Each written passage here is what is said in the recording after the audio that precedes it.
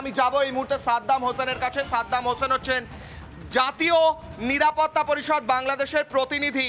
দাদা, রিপাবলিক বাংলায় আপনাকে স্বাগত। আজকে একটু হলে কি মনে হচ্ছে যে আপনাদের বিজিবি একটা লজ্জাজনক কাজ করে ফেলেছে? আজকে কি আপনারা ভারতীয়দের কাছে ক্ষমা চাইবেন? আপনাকে সকাল সকাল সুযোগ দিচ্ছি, সকাল 10টা বাজে। আচ্ছা, মানে আপনার প্রেজেন্টেশনটা অত্যন্ত আপত্তিকর ইন দ্য সেন্স যে আপনি মানে যেই ভাষায় কথা বলছেন এটা একটা দেশের একটা দায়িত্বশীল গণমাধ্যমের ভাষা হতে পারে না। আপনি একেবারে আম জনতার মতো কথা বলতে পারেন না। আমি শেষ করি। আমি কি সাদ্দাম বাবু, এক মিনিট। আপনার বিজিবির কাজ আমাদের দেশে আমরা কাঁটাতার লাগাবো, আপনারা চোরাচালানকারী পাঠাতে পারবেন না বলে আপনারা আটকাচ্ছেন বটে, আপনাদের বিজিবি আটকাচ্ছে বটে, আপনাদের চোরাচালানকারীরা এসে বিএসএফ এর থেকে বন্দুক টানছে বটে। ওই বন্দুক দেখেছেন? যদি একবার চলে তাহলে গোটা বাংলাদেশে কিন্তু তোলপাড় হয়ে যাবে। আমার কাছে আপত্তিকর আপনার কাজ, আপনার বিজিবির কাজ। আপনি কি সরি বলছেন আজকে? না, সরি বলবো কেন? আপনি আমার কথা তো আগে শুনতে দিবেন দর্শকদেরকে। আপনি আপনার মতো বলে গেলে তো হবে না। একপাক্ষিক বক্তব্য তুলে ধরছেন তো আপনার চ্যানেলে। ঘটনা যেটা হয়েছে তাই জন্য তো আপনাকে বলতে দিচ্ছি। একপাক্ষিক কোথায়? আপনি তো উল্টো দিকে কথা বলছেন। কিন্তু আজকে আপনি ক্ষমা চান। আপনি থ্যাগলিং করছেন। আমি ক্ষমা চাইবো কি চাইবো না সেটা কি আপনার কথায় নির্ধারিত হবে? না, সুবুদ্ধি সম্পন্ন মানুষ হলে ক্ষমা চাইতে হবে, কারণ বিজিবি একটা ভুল করেছে। বাচ্চারা ভুল করে, ছোটরা ভুল করে, বড়রা ক্ষমা করে। কথা বলেই যাচ্ছেন, তাহলে কি আমি বের হয়ে যাব? আপনি কথা বলেই যাচ্ছেন। আপনি বলুন, আপনি আজকে লজিকের সঙ্গে কথা বলুন দেখি। হ্যাঁ, ঠিক আছে, বলছি। আপনি শুনুন আগে আমার কথা। আমি গতকালকে রাতে আপনাদের চ্যানেলে এটা নিয়ে কথা বলেছিলাম।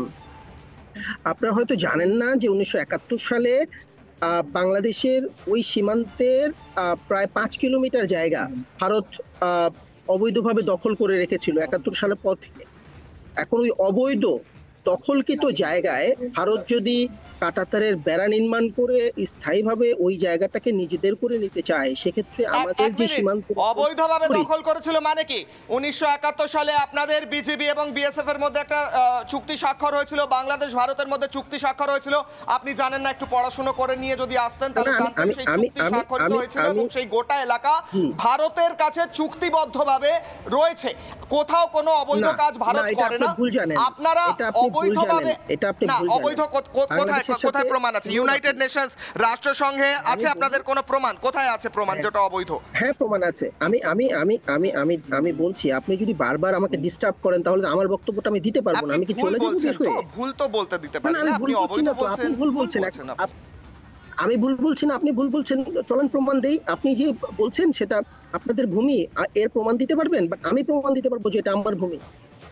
এটা 47 সালের যে সীমান্ত, সেই সীমান্তের মানে অধীনে আমার ভূমি।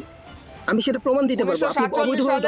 1947 সালে আগে আপনারা ভারতবর্ষের একটা অংশ ছিলেন, তারপর আপনাদের পাকিস্তান অত্যাচার করে, আপনাদের 30 লক্ষ লোককে মেরে দেয়, ভারত গিয়ে আপনাদের বাঁচায়, তারপর চুক্তি হয়। আপনি একটু সঙ্গে থাকুন, আমাকে একবার আপনাকে পরিস্থিতি দেখাই।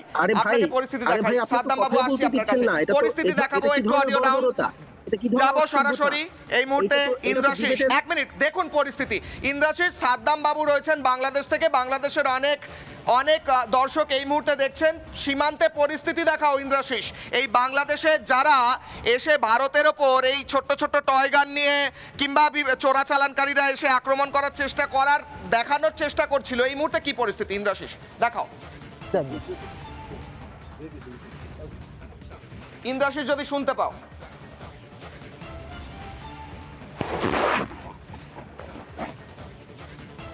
পরিস্থিতি দেখাও।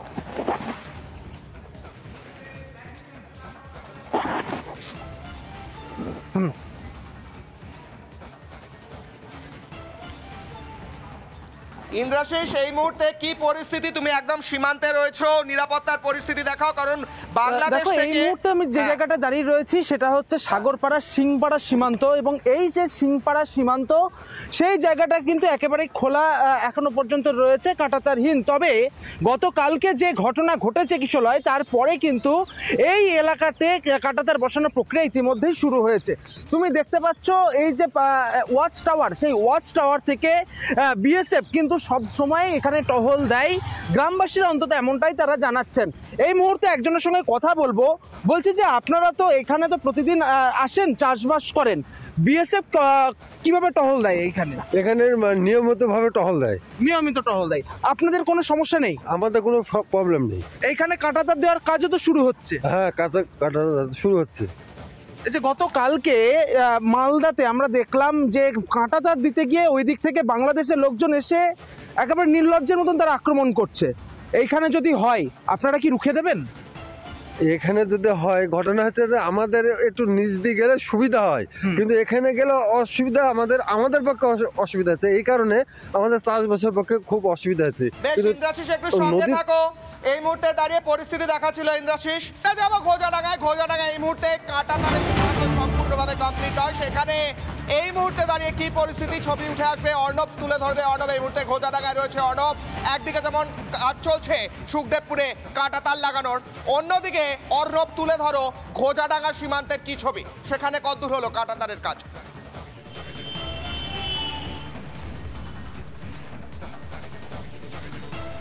দেখো কিশোর, তোমাকে জানিয়ে রাখি, ঘোজাডাঙ্গা নয়, যেটা মেন লোকেশন সেটা হচ্ছে স্বরূপনগর। এবং স্বরূপনগরের যে জায়গাগুলোতে মূলত এই যে ফেন্সিং এর যে বিষয়টি রয়েছে তার মধ্যে একটা কিন্তু রয়েছে জল সীমান্ত, অর্থাৎ যে হাকিমপুরের যে বর্ডার রয়েছে সেটা কিন্তু জল সীমান্তে রয়েছে, এবং আরও একটি বর্ডার রয়েছে যেটাতে কিন্তু ফেন্সিং নেই। এবং এই যে জায়গাগুলো, সেই জায়গাগুলোর ক্ষেত্রে কিন্তু যদি দেখা যায়, যেটা আমরা সকালবেলায় ঘোজাডাঙ্গাতেও যে চিত্র দেখেছিলাম, যে সেখানে স্থলবন্দর রয়েছে, সেখানে বাণিজ্যের বিষয় রয়েছে, সেখানে সকাল থেকেই কিন্তু যথেষ্ট কড়াকড়ি নিরাপত্তার যে স্থলবন্দরের পার্কিং লটগুলো রয়েছে সেখান থেকে গাড়িগুলো বেরোনোর পর প্রতিটাকে কিন্তু চেক করা হচ্ছে। এবং তার পাশাপাশি যারা ওই বর্ডার এরিয়া, অর্থাৎ বর্ডারের যে ক্যাম্প রয়েছে সেই ক্যাম্প সংলগ্ন এলাকায় যাচ্ছেন তাদের প্রত্যেককে চেক করা হচ্ছে, ভ্যালিড আইডি চেক করা হচ্ছে, তারপর কিন্তু তাদেরকে যেতে দেওয়া হচ্ছে। অর্থাৎ নিঃসন্দেহে বলা যায় যে উত্তর 24 পরগনার যে কটা বর্ডার এরিয়া রয়েছে এবং সেই বর্ডার এরিয়ার মধ্যে যেগুলো স্থলবন্দরের সঙ্গে যুক্ত বা স্থলবন্দরের কাছাকাছি যে বর্ডারগুলো রয়েছে, প্রতিটা জায়গায় কিন্তু তৎপরতা বেড়েছে। এবং তার পাশাপাশি যে সমস্ত জায়গায় এখনো পর্যন্ত ফেন্সিং দেওয়া যায়নি, সেই সমস্ত জায়গায় যাতে ফেন্সিং এর কারণে যাতে অনুপ্রবেশ না ঘটে, তার জন্য কিন্তু যে ওয়াটার বডি রয়েছে সেখানে যেমন টহলদারি বেড়েছে, তার পাশাপাশি কিন্তু বেশ কিছু জায়গা আগে থেকে, অর্থাৎ যদি দেখা যায় যে রেডিয়াস। বেশ, অর্ণব একটু সঙ্গে থাকো। আমাদের সঙ্গে আমাদের 4 জন প্রতিনিধি রয়েছেন একদম সীমান্তে, যেখানে বিএসএফ কাজ করছে, যেখানে এই মুহূর্তে দাঁড়িয়ে অত্যন্ত নিরাপত্তা বাড়িয়ে তোলা হয়েছে। সেই ছবি তুলে ধরছে টিটপ, ভাস্কর, অর্ণব এবং ইন্দ্রাশিস। নানা ধরনের কন্টেন্ট দেখার জন্য লাইক করুন, শেয়ার করুন আমাদের ফেসবুক পেজ, সাবস্ক্রাইব করুন আমাদের ইউটিউব চ্যানেল। পাশাপাশি অন্যান্য ব্রেকিং নিউজের জন্য অবশ্যই চোখ রাখুন রিপাবলিক বাংলায়।